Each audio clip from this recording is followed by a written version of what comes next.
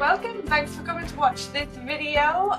My good friend Amey Holden and I decided that we had so much fun last time with Wave 1 marketing items that have come out in the release notes that we wanted to do it again, right, Amey? Absolutely, yes please. Hello. So we've got, actually, I was going to think we've got a lot to get through, but it's a much smaller list, isn't it, than Wave 1? Yes, and I think, to be honest, I'm relieved. I can't take any more. There was so much in last times that I'm like, you know what? I'm cool with this. Like, it's good. Yeah, I think we had like 14 things last time, and there's 8 things, and actually one of them is maybe a recycled thing that Yeah. so Something's moving we'll around and they're not as like massive this time. I'm like, okay, no, yeah. Whereas before I was like, whoa. So this yeah, one's a bit more like drinking from a powerful water fountain rather than the fire hose. So it's good. I like that analogy. That's very good. Hmm. So I guess if we start and kind of look at wave 1, like I said, there was about 14 things, but anyone that's been paying any attention to marketing and stuff you've been putting out, I've been putting out, there was way more than that just kind of like each month you're like, oh, there's new things just here. Like some of the things we might know that were coming, and then others just kind of popped up. So we've got on the screen a list of what Microsoft have kind of said these were our investment areas for Yeah. wave 1. I'm curious, what, I guess, have you used, or have you been most excited about, or even kind of a little disappointed because we were like, we thought it was going to be this, but it was that? Yeah. So a lot of the stuff that came through was super exciting. Um, the main thing for me, which is a bit awkward, is like using the outbound subscription centers. So being Mm, able to have that branded subscription page back, because that was yeah, a big no-no, like the big ugly blue yucky eek.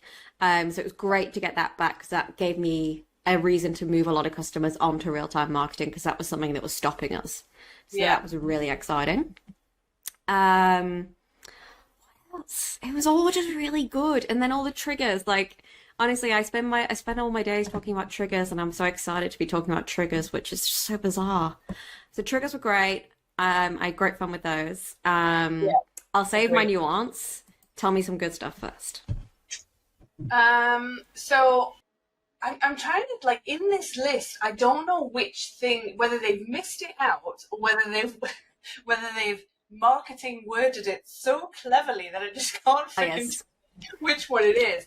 But this was the ability to have the conditional content, so to have one email and to say, I'm taking this section and I'm adding in a variant and saying, okay, but if this condition is met, I'm going to show this block of text. Otherwise, I'm going to show this block of text. So I can't quite. I've been looking through it, and I'm like, I don't know which one it is. But that for me was one of the biggest things, and it was something that I was waiting for a client specifically, to where Yeah. they might have up to 6 possible variants of an email that would go out. So that it was, I was so happy that was pushed out, even though it wasn't necessarily. I don't think that was one of the key items that were in the release notes, Yeah. but yeah, it's taken us a lot further to get like a truly customized experience without having to create 6 emails. I've got 1 email, so that was pretty Yeah. big for me. Yeah. Oh, I also built my first lead-based trigger journey. So that was exciting. So rather than starting with a contact, I Right? triggered a journey, started with a lead, and I was like, oh, we can market the leads. Yeah. Is this leading into your like? Yeah, it Yeah. wasn't quite what I expected. Yeah. There's some bits missing still. So I've got a lead and I Hmm. can market to them, but I have to build a separate email for them than the one I'd use for the contacts, even if it's just first name. And then I've got to have a separate journey and I've got to create potentially a separate segment. And then they can't use a subscription center. So then we're back on the ugly, unbranded, disgusting subscription center page that I didn't want to use. So then we ended Yeah, up rebuilding the whole journey to go back to contacts because it's just not ready yet. So and it's then cool, it's exciting, you can do it, but. but Oh, and didn't you say to me that the lead scoring still only works if you've got a lead that's tied to a contact? yes, and Yeah, it doesn't trigger on real-time marketing emails. So your leads, if you're leads if you're scoring, but you need a contact. So yeah. I tried explaining that to the customer. I was like, I'm sorry, just don't worry about it. Yeah, that's the hard part, isn't it? Because it's like you're building out a segment, or you're building out a trigger, or you're building these things, and it says, "Oh, do you want a lead or a contact?" And you're like, "Well, until leads are truly ready, don't suggest a lead." Yeah. It's a bit, yeah. But I think that for me is probably as well the biggest disappointment, because I feel like not only have we been talking about this wave 1 2020, I'm pretty sure it was it wave 1 2021 that it first came out, that it was like all marketing. Yeah. That was then moved to wave 2 2021, and here we are again. Wait, no, marketing to leads, it's been around forever. It's not a new thing. Do you know what I mean? Like in the world, it is not a new thing.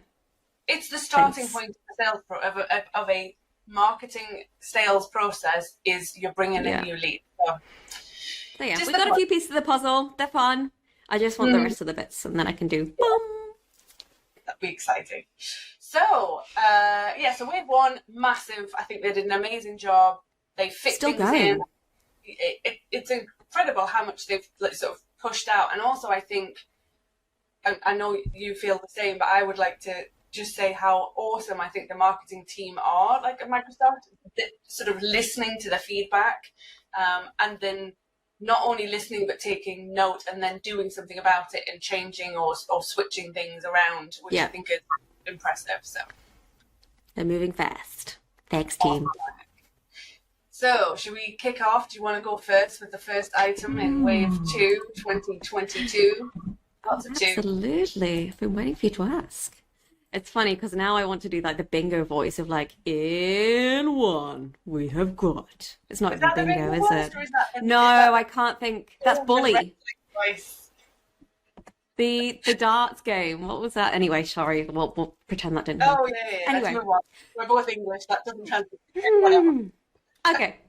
Closing leads fast by automating handoff with sales. So, what's this one about? This is interesting. This is what outbound marketing used to do. So this is a bit of it's a new feature, but it's something that we used to have in outbound marketing that didn't get around to being built for real time.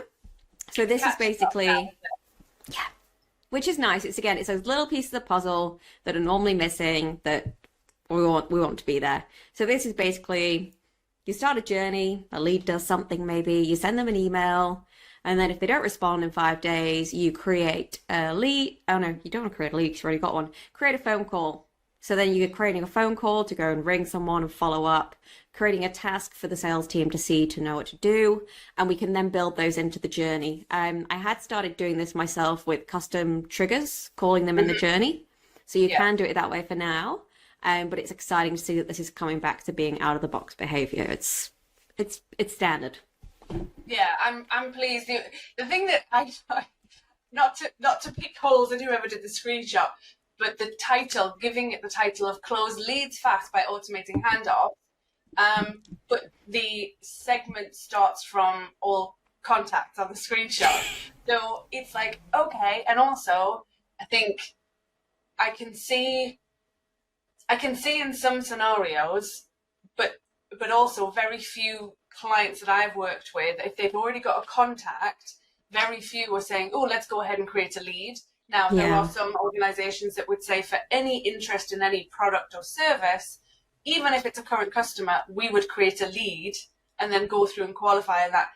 But at least in my experience, I've found that is a very small percentage. Yeah. And it's usually like I would actually create an opportunity. So what I hope is that we have built in things, not just for creating a lead, but going off and creating an opportunity. Because to me, that would be extremely valuable.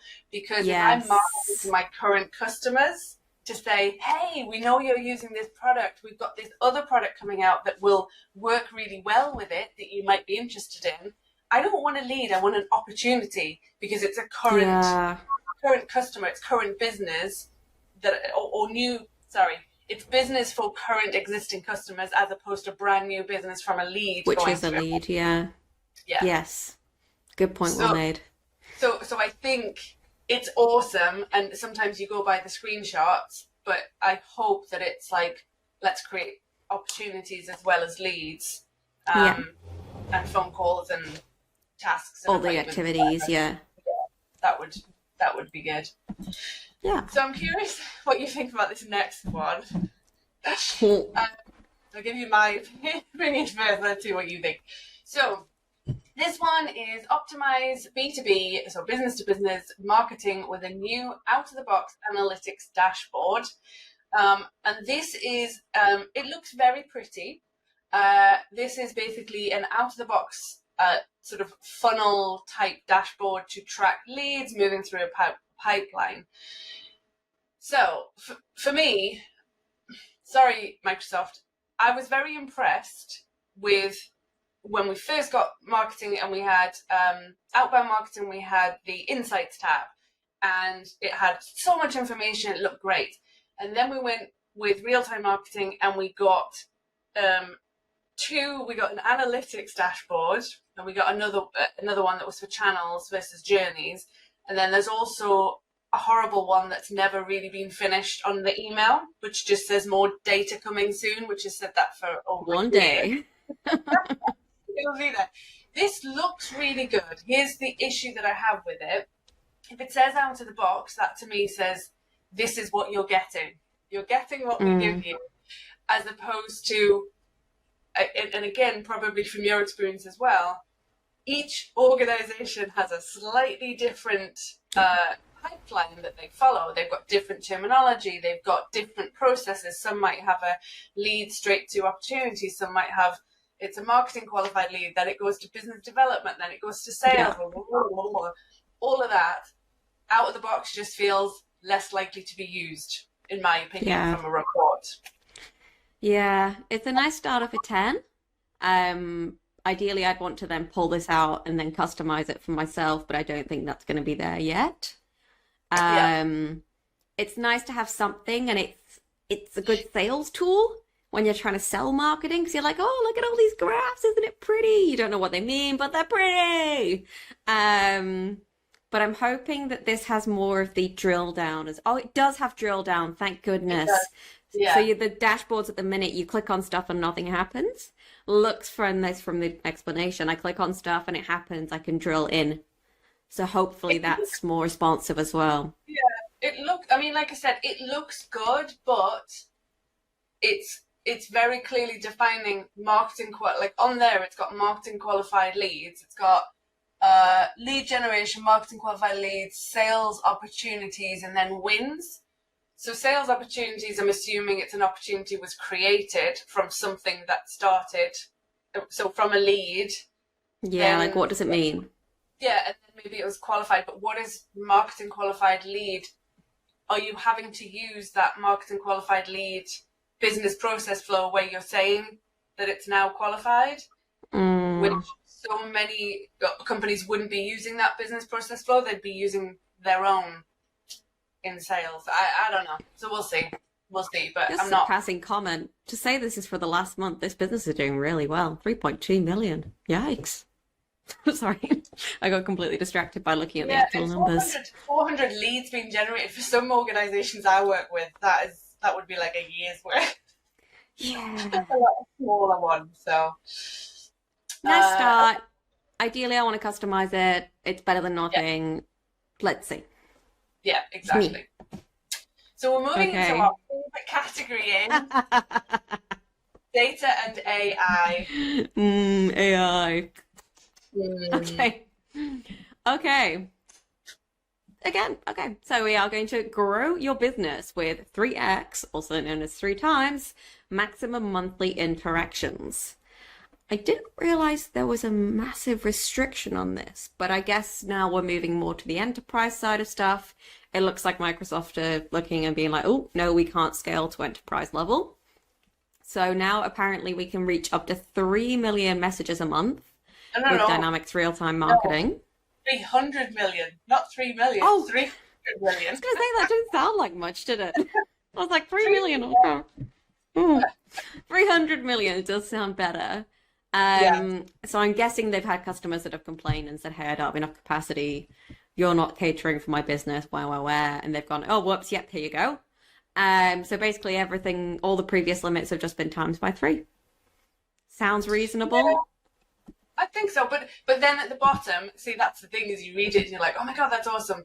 It doesn't mean you're getting them extra for free. It's basically absolute maximum number of interactions and contacts that you can have, because it looks like they've increased the previous max of 30 million contacts to 100 million, which is Mm, mind-boggling to me, isn't it? It's like, especially seeing as the smaller clients we're working with. But yeah, so it's yeah. basically, that's the max, assuming you have the quota availability for that. So in other words, you're still paying, but it means that you could pay for up to 300 million messages a month, which is Yeah. just, it's crazy, isn't it? It's interesting So they've actually put some promise, like kind of promises in terms of like response time as well. And they've yeah, obviously put disclaimer, but they're now saying near real time within a 30-second response for sending emails. yeah, And then there's a big bunch of disclaimers. But that's quite interesting that they're actually putting numbers on stuff. So it feels a bit more solid. Whereas it used to be like, yeah. yeah, sometime within 15 minutes, maybe. Ooh. I So mean, if that's, you're, yeah, if you think about using it for, which we've seen Microsoft show in demos before, where it's like someone goes to the ball game and they have their ticket scanned or whatever, then immediately you want to send them a voucher for a discount for a beer and hot dogs. Then that timing, yeah. if you even wait 15 minutes, then chances are I've gone to my seat, or I'm doing something else and I've missed that opportunity. So Yeah. 30, within a 30-second response time is, I mean, it's not critical getting a beer and hot dogs, is it? But it's critical in Yeah. some scenarios that they might be using it for. Well, it might be critical, I guess. Depends. It's more So, aligned with the real time theme, right? Like, I yeah, appreciate that. yeah. 15 minutes isn't really real time, is it? No. So the next one, scale your multi-brand business effortlessly. So this one, I've read it a few times, and I know what they're saying. It'll be interesting to see what's the reality of it. So this is basically, let's say that you've got a, a company that sells different products and brands those different products very separately, and so the emails, the headers, the color schemes, whatever, is going to be very, very different, and they want to make sure that when they're sending out the communication, it's a little bit easier, rather than having to have like don't send it out to this person if it's this, or whatever, or just how that sort of content looks. So I'm interested to see how this is going to be different from now just doing conditional content, because this is basically saying you can define reusable marketing assets at the enterprise level. I, what I'm having a hard time is thinking, well, how is it different now from me just creating one email and saying, if it's this, show this header, versus if it's that, show that header. How is it going to Mm, look? Because they're talking about being able to organize marketing journeys, digital assets, content, customer preferences to support the multi-brand strategy needs. What's it going to look? I guess there's no screenshot, so I'm having a hard time imagining. okay. I've just had a bit of a light bulb moment. Do you remember ever like using, I've never used it, business unit level scoping? Yeah, I think it's just an extension of that. you Because I think? know currently the business unit level scoping doesn't cover anything in real time marketing.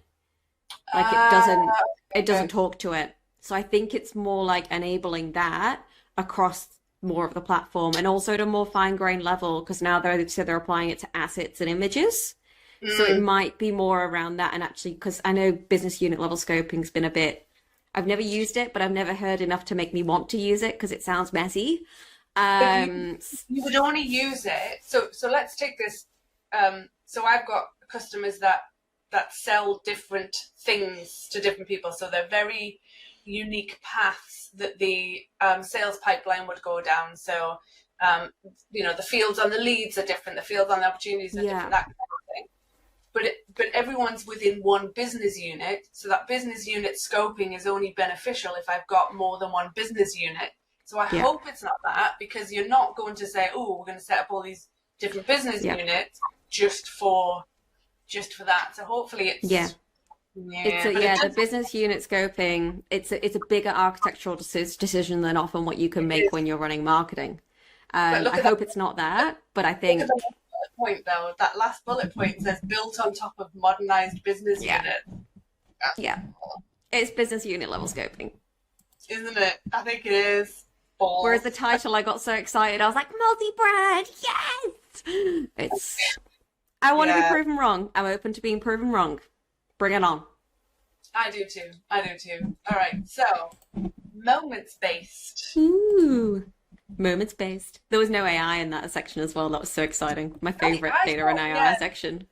Yeah, we'll slate it in the next one. Okay, this one is create lead capture forms that convert visitors to customers. This is exciting. Lead capture forms aren't new. It's the fact that they're going to modernize the experience for building marketing forms is the main thing that I'm seeing here, which is so long overdue that I am so excited to see this, like more than the email editor ever was. Essentially, to me, this is modernizing the marketing form builder experience. Yeah. Yeah. I would agree. I'm also seeing advanced form validation, which means we'll actually be able to do some like maybe conditional stuff without having to get someone to write some JavaScript code that I hide in the form. Yeah, it says, so fourth bullet point down, smart forms can show or hide fields based on previous user interactions, which is awesome.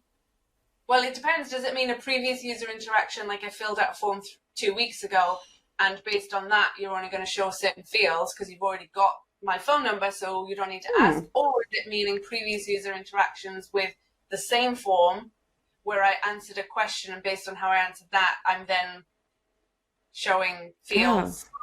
It could mean either or, couldn't it? Yeah, they both sound a bit niche. I'm not very excited about that.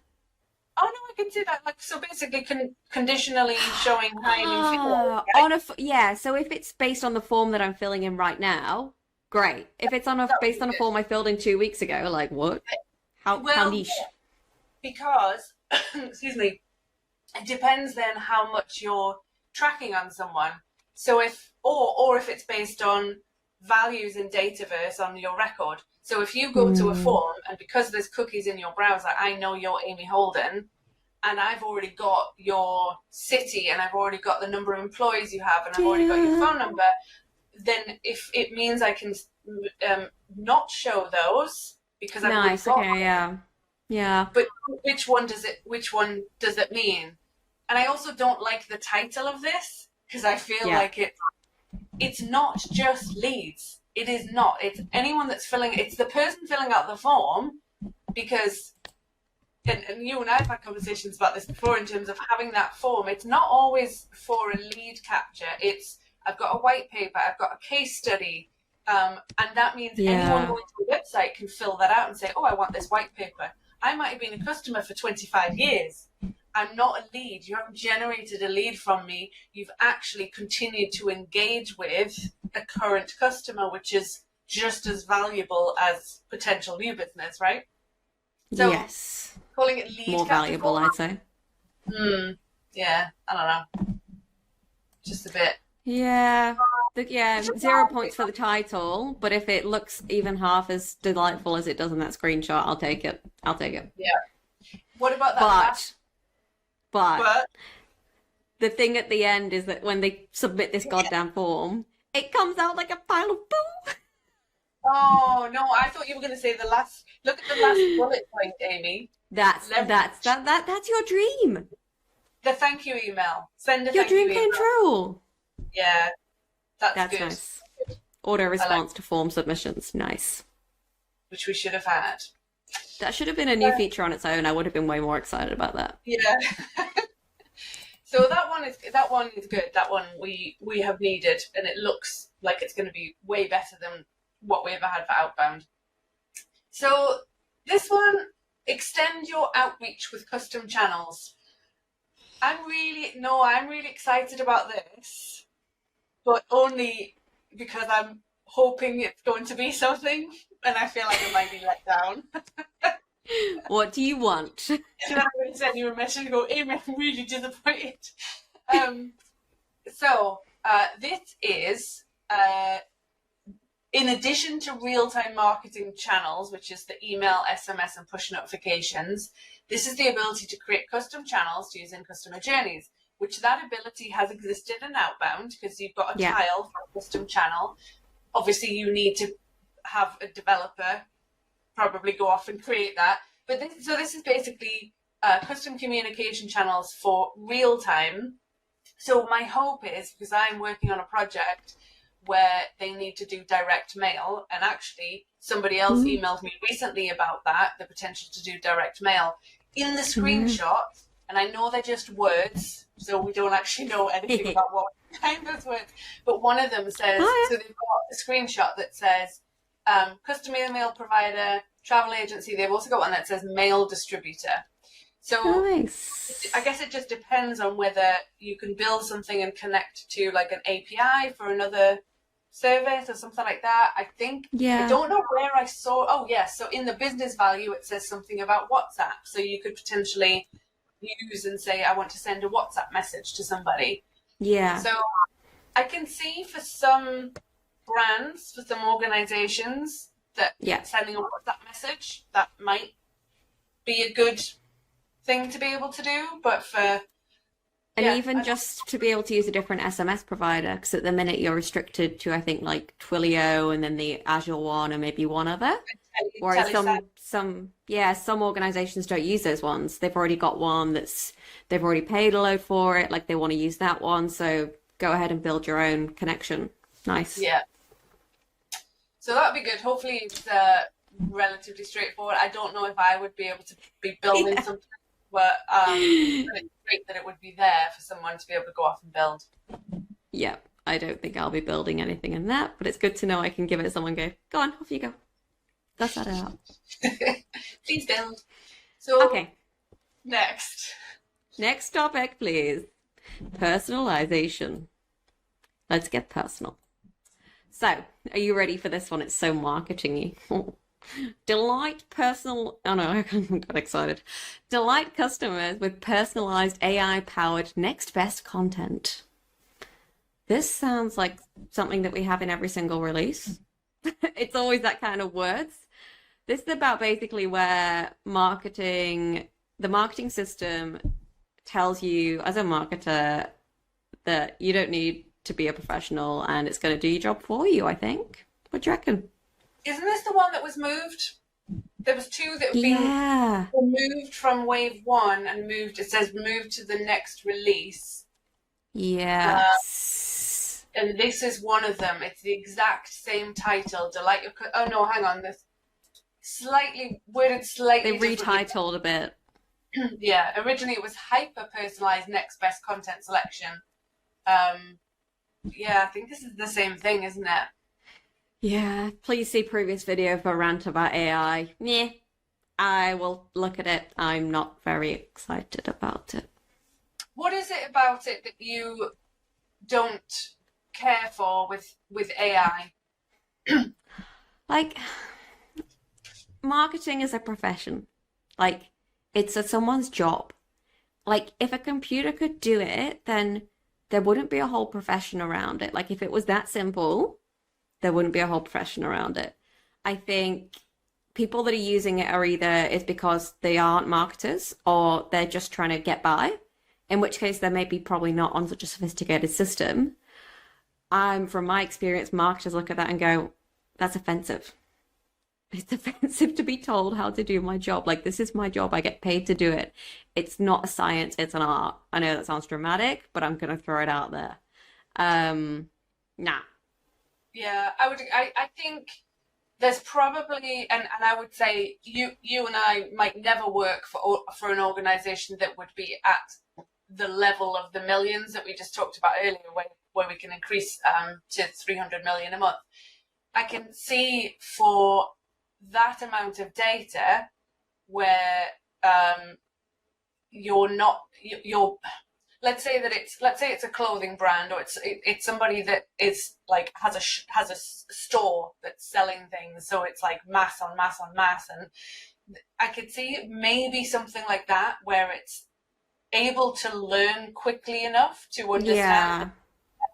But for companies that of the size that we probably work with, the amount of data it would take to me too long to start to learn and understand the data to know what's the next best one, or the number of emails sent would be so infrequent that it just is never going to be to where AI should be predicting and sending stuff out. This for me is mass amounts of data and volume of communication that it's just hard to kind of like process what, like, I think that's. And if you're marketing to that many contacts, leads, people, individuals, would you really want to trust AI to just do your marketing for you, like, and send 30 million people the wrong thing because it thought it was the right thing? Like, oh, it gives me the shits. Well, not literally. I get text messages from places that I've maybe signed up for something at some point, and I just look and I go, oh, why are you sending me a text message? But I'm not doing anything about it. Yeah, I just think, oh, and I just delete it. So maybe it's at that point where it's like, does the percentage of people that would actually go through and buy something outweigh the percentage of people that might be like, oh, that's quite irritating? I don't know. But yeah, I'm not a fan either. Yeah, sorry. No AI fans here. Next. No. Oh, okay. So this next one confuses me only because I've already seen it. It's already been installed. So this one is in the release notes and has the date of general availability of October 2022. Doesn't have a date for public preview, doesn't have a date for early access, but it's already there. It was in the release for June. So this is target the right audience using the new segment builder. So I don't know if someone just forgot that they already released it, or what, or if they are going to take into account feedback that might have already been given that then they're going to improve, change, make better. But this is basically when you go to build a segment. This is real-time marketing. Oh, sorry. If you're not on the latest version, excuse me, and you go to build a segment, you start in real-time marketing, go into it, create it, and then you end up in outbound marketing, right? That's been the general experience. Now, when you go to segments in real-time marketing and you build one, you're actually building a real-time marketing segment, and it has that, it's given that type when you create it. You can still go into outbound marketing, still create it the old way, but this new way, I'm not a fan yet. It has so much potential, but there are quite a few challenges and things that I know they're going to add in that I hope by the time it's in general availability, it'll be seamless. It's very preview-esque. It's exciting. It will be good. It will. Do you know what the best part is? Go on. A chart for the segment that shows you the period of time where it's grown and gone up and down, and it'll show you. So you know how people say, oh, but okay, so today I've got 5,000 people in there, but I can't remember how much has it grown. This will show you the path of how your segment has grown or reduced in number of members, which is really, really cool. Yeah, so there's some really positive things, but handle with care for now. I think so, yeah. It also says create segments based on attribute data for both contacts and leads, but it's still only one or the other. So it's not like a combined. Isn't it contacts, comma, and leads? To me, if it you should add be a comma, it all becomes different. Shouldn't it be or contact or leads? Or yes, that's the one. Not combined, really, is it? So I think, like I said, it's already there. So if somebody goes to the latest version, they're going to have it anyway, unless they've changed that. And no, it is. It's there. So, yeah. Okay. Yeah. So yeah. I guess because currently you can skip back to the old way, so I'm guessing by the time it goes GA, the old way is going to go away, maybe. Okay, maybe that's it. Maybe that's So it. you've But got 4 or 5 months to get your head around it and work out how to use it. Go. yeah. So nothing's in public preview until October, obviously, and general availability. There's a lot that will be generally available in October and December, so Yeah. it doesn't look like we'll be waiting too long. And hopefully we see the same thing again, right? And over the months, each month we get Yeah. something new. I think stuff's going to start landing pretty soon, and it'll all be in preview, and yeah. Nice. Cool. Okay. But that's all I can manage for this release wave. Enough. Enough. I'm still trying to get my head around all the stuff that came last one. Well, so there's one other thing that I couldn't find that in the change It's history for gone. phase one says improve engagement by using journeys to send reminders to respond to a call to action. I can't see that It's gone. Yeah. But then if you go into the sales release notes, there's something about it there. Because there's this sort of sales sequence thing, which is basically customer journeys now. They're basically the same thing, I think, high level. And now they've introduced it into sales first. So maybe it's like they're going to test it out there. Then if it scales well, use it, move it to marketing. But that was the exciting one. It was like, it was like a do while loop, for want of a better term. Like it was like, while the customer has not opened the email, do this journey. And then once they have, carry on with the other journey. We were both really excited about that last time, and I was getting all excited about like less noise and less journeys. Woohoo! Yeah, we're still here. So I hope that comes back. It is. So it seems like it's the marketing thing that we saw that is now moved into sales. But then in the which item was it? In the close leads fast by automating handoffs with sales. Part of that says, where is alignment of the activate a sales sequence. So I think that those two basically, close leads fast and streamlined sequence creation. You could create your sequence from a sales perspective, call them until you get to speak to somebody, and then blah, blah, blah. And then from the marketing journey, you could say, get to this point and then kick off sales sequence for new business or sales sequence for account management, something like that. So as long brain's as exploding. Yeah, as long as you're working together in tandem with those, that would be a really powerful thing. Seems a shame to have to go and do sales sequences as well. Like it seems like you've got a lot of pieces in a lot of places. I'd rather have it all in one place. But if you're a sales manager or sales director and you are creating these sales sequences anyway, what you're actually doing is saying, well, let's do a marketing journey, but then leverage into something that is being used all the time anyway outside of marketing. Yeah, you're right. But kick it off, because let's say it was an event and marketing and then following up on people that were at the event. And if something happens, then they're like, oh, this is an indication someone is interested. Now let's kick off that sales sequence.